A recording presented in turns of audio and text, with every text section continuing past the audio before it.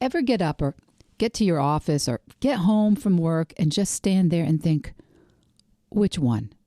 Which one of the 50 or so things I know I could or should do right now, which one do I do? Do I start with the short, easy ones? Do I get going on the more challenging one? Or maybe the ones that my supervisor will notice or my family's been asking for? Of course, I could do that thing I really got excited about and then barely started. And then I find myself thinking, you know what? While I figure that out, I'll just go start a load of laundry. You're listening to Veg Your Best, and I'm Michelle Olander. Episode 191, Spring Cleaning. Start with your energy.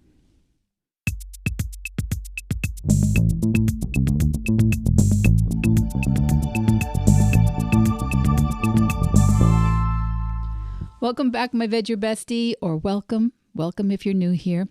Okay, one of the reasons I show up consistently as a public vegan, I guess you could say, it's because I have not forgotten what it means to think it would just be impossible for me to be vegan. Maybe it's that Gemini thing. I do truly feel I could never want an animal to be hurt, especially not for food. Food that's essentially entertainment, not required for me or my family to live. And on the other hand, I can still feel that physical truthiness, if you will. The truthiness of all the rationalizations that I had. All those justifications I had that animal products are normal, natural, and necessary, and that it was kind of extreme to give them up, and that it would be too difficult to commit to and would require way too much energy that I didn't have. For me, I had to carry around that idea of not eating animals and not consuming their secretions and not supporting animal agriculture. I had to carry that unformed and often uninformed idea around as kind of an open energy loop for a while. It was like having something on your someday/maybe list. And I'm asking today, and I'm wondering if you have things like that in your brain, on your list. Open energy loops, things that are cycling around and around in the back of your brain that you haven't really made a decision on. Now, you may find this surprising. A lot of the people who work with me, a lot of the people who are drawn to my work and my coaching, when they talk to me, they say they want to clean up some area of their lives before they can really focus on their vegan or plant-based practice. Or if they're already vegan, they need to clean up some area of their lives before they get going on their main goal of creating something new. And I mean that pretty literally. I would say almost every client that I've ever worked with has mentioned that there is a space in their home or office or schedule or life, a space that they say they need to deal with first before they can take on anything else. And for sure, I'm not Marie Kondo. I am not an organizing specialist. But I know with my clients that unfinished things, unsaid things, undecided things, open tasks on our, would you call it an internal operating system? Those unfinished things drain our energy. Have you seen that too? We live in a culture, in a world of unlimited possibilities, of things to do, places to go, objects to buy, foods to eat, ideas to experiment with, solutions to try on. How long is your list? Mine's huge. How many books are on your bedside table? How many videos are in your Netflix queue? Are there items in your Amazon saved for later cart? Are there bills you haven't filed, recipes you haven't cooked, cards you haven't sent, emails you haven't replied to, houseplants? Have you got houseplants you haven't watered? Folks you haven't thanked? Are there relatives you haven't called, exercise equipment you haven't picked up, bird feeders you haven't tended to, car inspections you haven't gotten to? Just got mine done. I think it was 4 months overdue. Me too. Me too to all of the above. And it makes the idea of taking on something, anything, no matter how good an idea, no matter your doctor suggested it or that you know it's a good thing, it makes the idea of taking on something that isn't already on your list or wish list kind of daunting. No matter how good an idea it is, right? Because all of those open items, those things you aren't doing right now, they are still running in the background. They're still using up energy. And they keep you from knowing what to do when you have that moment that you could do something in. And we talked about this a while back. I can't remember which episode, honestly. But since it has come up with a lot of my recent, newer clients, this is the idea of tolerations.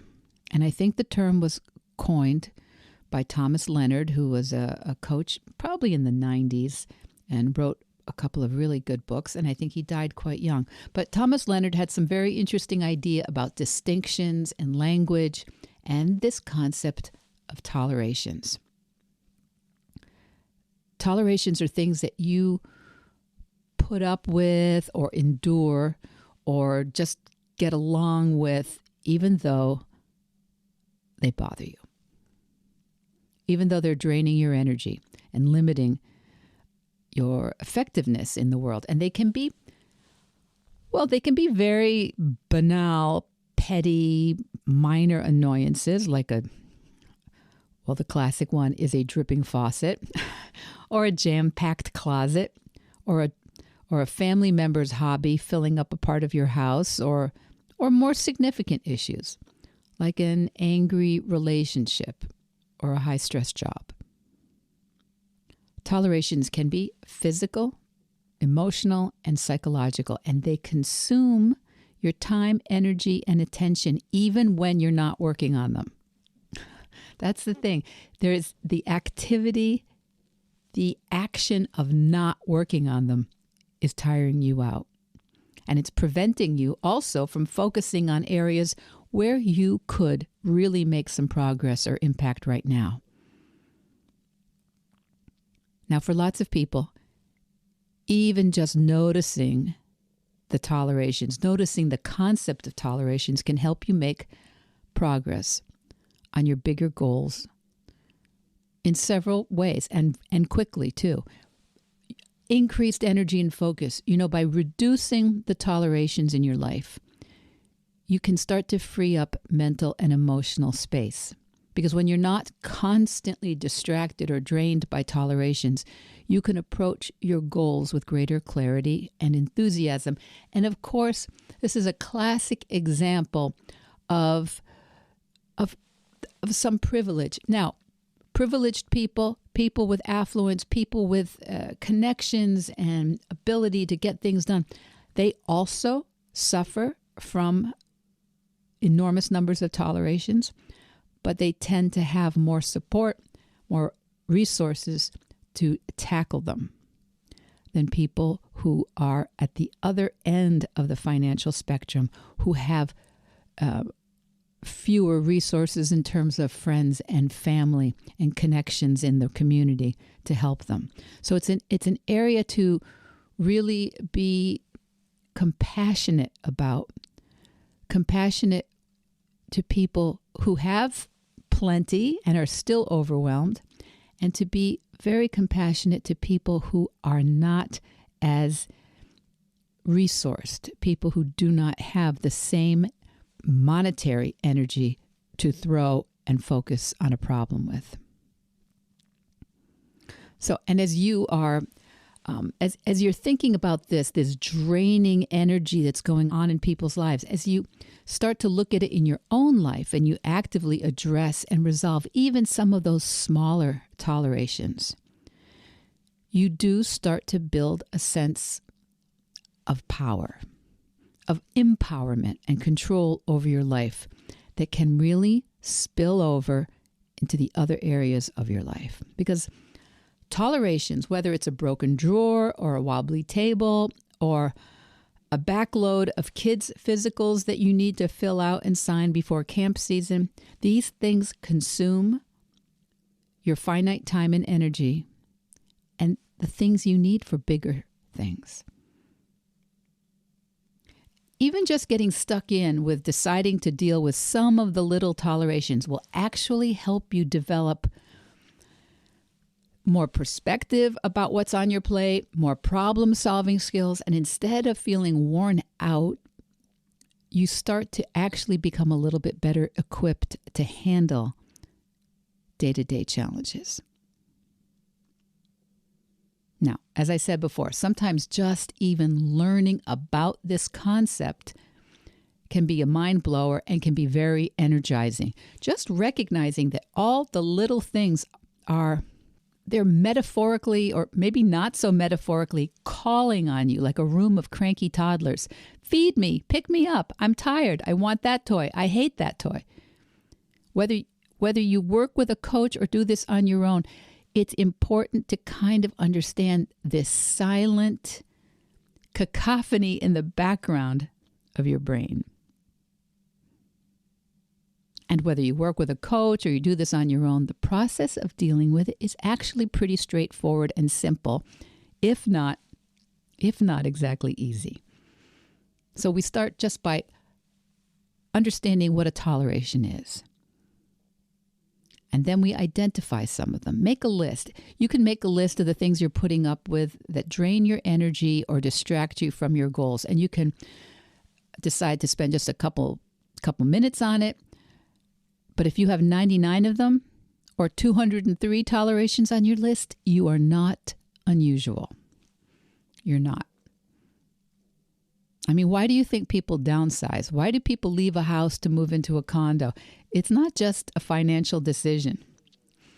It's also a way to limit all those tolerations. And I remember when my mom downsized, she said it was such a relief to go from having about 100 light bulbs in the house that needed to be potentially changed or dusted or checked to about 12. Now, I think that's a funny one, but it's emblematic of how things may be weighing on you. That silent to-do list. The silent to-do list, that concept comes from a book called Goodbye Things, which I recommend. Goodbye Things by Fumio Sasaki. He says that every single material item in your house is sending out a message. Now, after you make a list, and for all that's holy, please do not worry about making the perfect, exhaustive list. I bet there are even things you don't even want to write down because you're just not ready to go there yet. So only take 2 minutes, 3 minutes. Write that list down on a sheet or two of paper, and you can always add things later. You can always make a prettier list later or put it in a journal later. But just look at the first quick list you have and get an idea of which items, which tolerations really bug you or really impact your life. And please don't start with something that requires a lot from other people. Pick the things in your life that you have some control over. And then develop a very, very limited action plan. Of course, this is where a coach can be really helpful. But the limited action plan, what steps could you take to eliminate or minimize, 3, 5 of them? Most likely there are a couple of easy ones, a couple of easy ones you could just cross off with a phone call or an email or by carrying something to the trash can or the recycling bin. Pick a couple of those and then choose 1 or 2 slightly more complex ones to break down. Break them down by brainstorming what kind of steps would you need to take to make them into manageable tasks. Now, again, this is so much easier with a coach because a coach can keep you a little more focused. A coach can help you constrain because we don't want a tolerations list to turn into this other thing you're not doing, right? Because that's not helpful. But with a coach or on your own, then you take some decisive and consistent action. Decisive, consistent, and yet fairly small, right? Do you ever get up or get to your office or get home and just stand there and think, which of the 50 things I know I could or should do right now, which one do I do? The short, easy ones? Or get going on the more challenging one? Or maybe the ones that my supervisor will notice or my family has been asking for? Or, of course, I could start with that thing I got really excited about and then barely began. Whether with a coach or on your own, the process is to decide a couple of things. Decide to spend a little time and decide what to spend that time on. Okay, I know what you're thinking. You're thinking, have you seen my list, Michelle? It's endless. It's way too hard. I don't have time, and it won't even make a difference.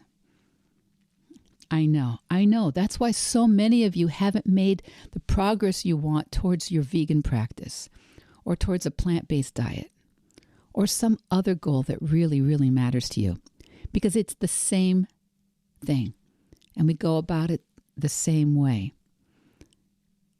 To make a difference, we have to decide. And not necessarily to go plant-based overnight, but we decide what we are going to do. So if you're one of my listeners who is just too overwhelmed to really make a big commitment to limiting or eliminating the consumption of animal products right now, if that's you, I am so glad you're here. Thank you for letting this podcast go into your ear. And I get it. I get it if you're someone who's stalled right now and not making the choices consistently that you want to. Thinking about that tolerations list you have is a really good place to start. And even if you're a black belt in vegan, you are probably feeling some overwhelm and some resistance to your goals. So we do this exercise as kind of an end run around overwhelm, around stuckness, and acknowledging what really is taking up your energy.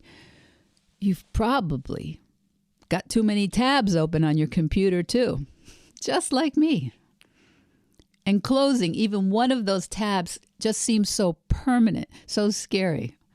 And that's why I always have a coach. And I think it's also why I'm the perfect coach for some of you. So we can celebrate your progress together and you can maintain momentum and you actually know what to do next rather than just throw in a load of laundry. Okay, you can do this. Make a list.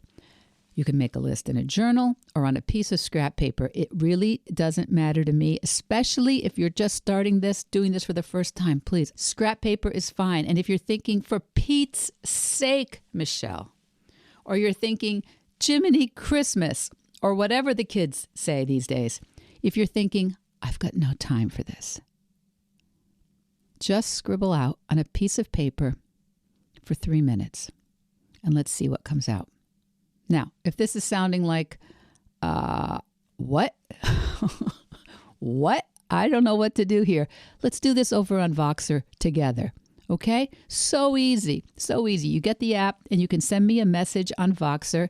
It's Michelle Olander. Michelle is 1L, Michele. Olander also has 1E, Olender. You can get me on Voxer and you can then either message me with writing or you can send me a voice message and let me know what's on your tolerations list. Where Are you stuck?